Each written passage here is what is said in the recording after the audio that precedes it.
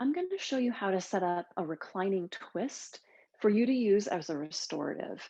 Now, different than other restoratives, because this involves a rotation around your neck and your upper back, I would say that this is probably the restorative pose that we hold for the shortest duration of time.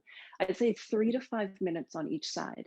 That being said, if this is bringing you to a good place, you could certainly stay longer. But again, because it involves some rotation around the neck and the upper back, where we do tend to be very stiff, it's probably on the short side for you.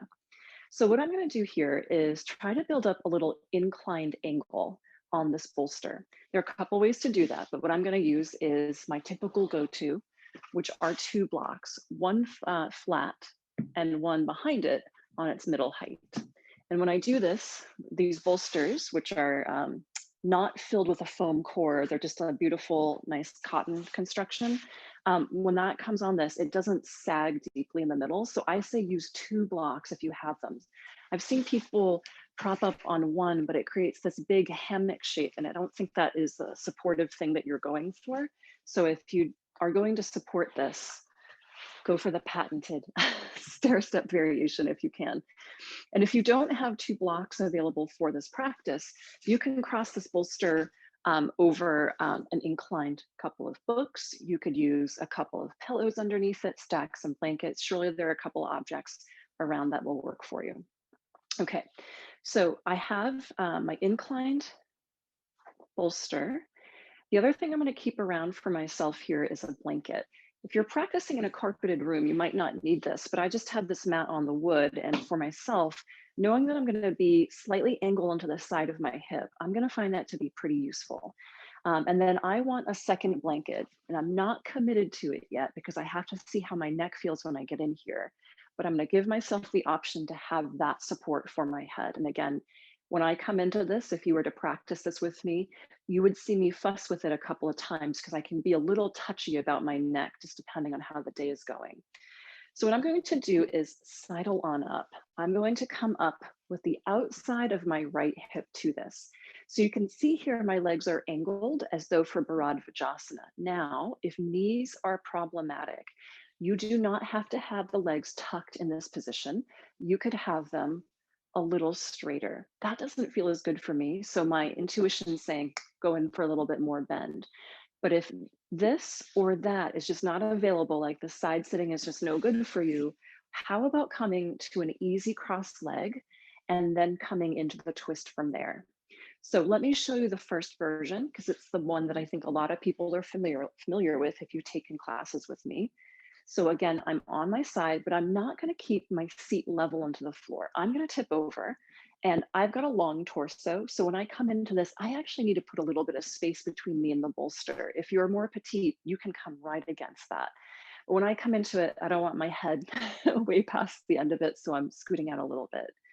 And then as I have this again, I'm not committing to my seat being on the floor. I am really more on the side of my hip, which is why I like this blanket.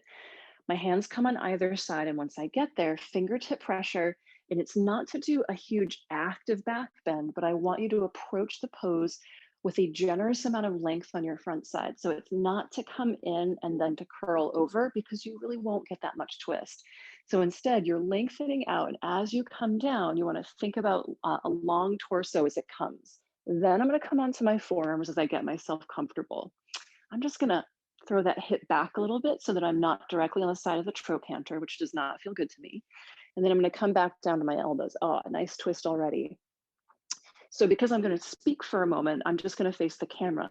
But so you could have that right ear also to the bolster. So it's right hip, right ear. And then if you're able to, you can turn and twist the head. Because I have that earpiece in, I'm not going to do that.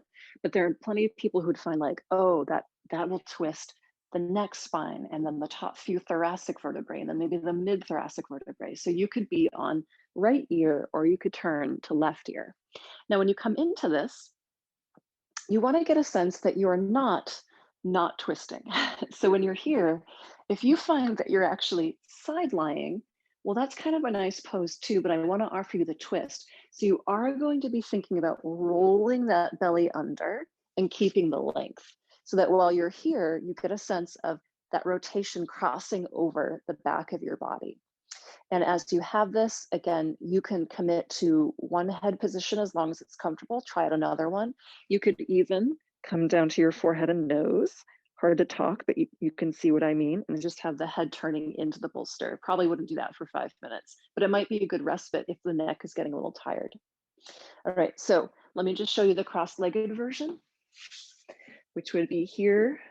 And then again, trying to keep as much length as possible before coming all the way over. Now, when you come into this, you might find that back hip also lifts up. That's okay for this position. I wouldn't look for that if we were just trying to sit on the floor, but this is basically a tip over to the side. So if this leg comes up and it's not a bother to you, no problem. The other way to help that would be to go ahead and take a good block, good tall block here. I like to do it on that angle, less of an edge, and then from there to come into the pose. One last version for you in case sitting and twisting to the side is feeling really preposterous is going to involve a chair.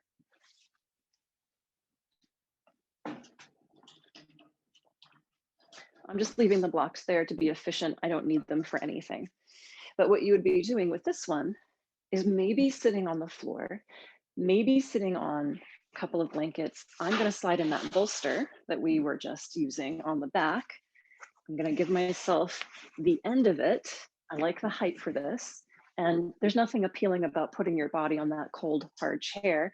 So let's add some blankets. I'll go with one, but then same thing. You're going to twist and lean over. Here, you can simply rest your forehead down. All right, so of course, you would be doing this on both sides. This one, again, I keep it on the shorter realm, about 3 to 5 minutes on each side. You might find that the twist comes much easier on one side or the other. If you encounter a tougher side, you could put up more height, right? So I could add more stuff right here so I don't have to come over as much. If you were using the bolster, you could layer blankets on the bolster so that you're building that up a little bit. So that you don't have to hunch over or find that you're not quite twisting in because it's too low for you. A good consideration for this pose is to give it a couple of steady breaths and to feel how the rib cage can meet this twisting. Now, of all the restoratives, because I'm not such a great and easy twister, this is the one that is not as restorative. So when I come into this for 3 to 5 minutes, I don't like float away on my sense of calm and peace because there's a little bit more presence in my body because it's not as comfortable. So if you find that this is a little bit more awakening for you, what I would suggest is to do this as the first restorative you're doing instead of the last one, or to do it as the like maybe the third of 3 if you've done 2 sleepier ones that have brought you lower, to use this to bring you up. But if you're just doing one, and really want to get that good rest, go for something like Supta Baddha Konasana. Use this as a way to kind of enter a restorative sequence or to leave one. If you're just doing 2, I would make it the first one. All right. So you also can't go wrong. Do what feels better to you, but those are a couple of suggestions that come from long time practice of these sort of postures. Hope you're doing well. Give it 3 to 5 minutes on each side, use a timer, and enjoy.